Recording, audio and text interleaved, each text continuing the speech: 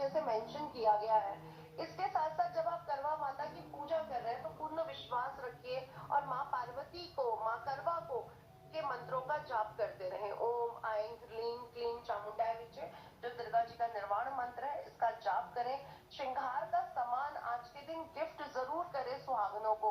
आप अपनी सास को, बहू को, नंद को, भाभी को सुहाग की वस्तुएं जरूर गिफ्ट करें। इससे अखंड सौभाग्य का आशीर्वाद हमें प्राप्त होता है। अच्छा नितिशा जी, आपने एक बात बोली कि सिर्फ पति पत्नी के रिश्ते के लिए नहीं, बल्कि आपका रिश्ता आपकी सास के साथ कैसा है, उसको आप कैसे बेहतर बना सकते हैं, उसके लिए भी करवा चौथ होता है। और देखिए पंजाबियों में तो सरगी भी दी जाती है, उसके बारे में थोड़ा बता दीजिए, कैसे वो देनी चाहिए, किन बातों का ध्यान रखना चाहिए, क्या उसके लिए कुछ समय निर्धारित होता है, उसी के हिसाब से देना चाहिए? जी बिल्कुल, बहुत अच्छा क्वेश्चन है, क्योंकि सरगी बहुत विशेष है हमारे त्योहार में।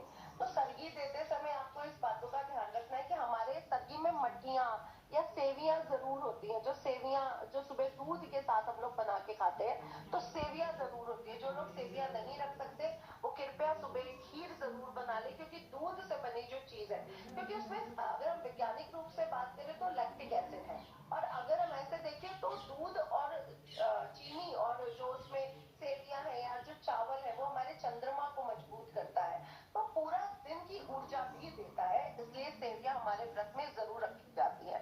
इसके साथ साथ फल रखा जाता है, या हम लोग सरगी के समय गोभी मूली के पराठे हमारे पंजाबियों में जरूर सास के द्वारा खिलाए जाते हैं। तो अगर हम लोग हैवी भोजन लेते हैं सुबह का के समय, तो पूरा दिन हमारा अच्छे से निकल जाता है।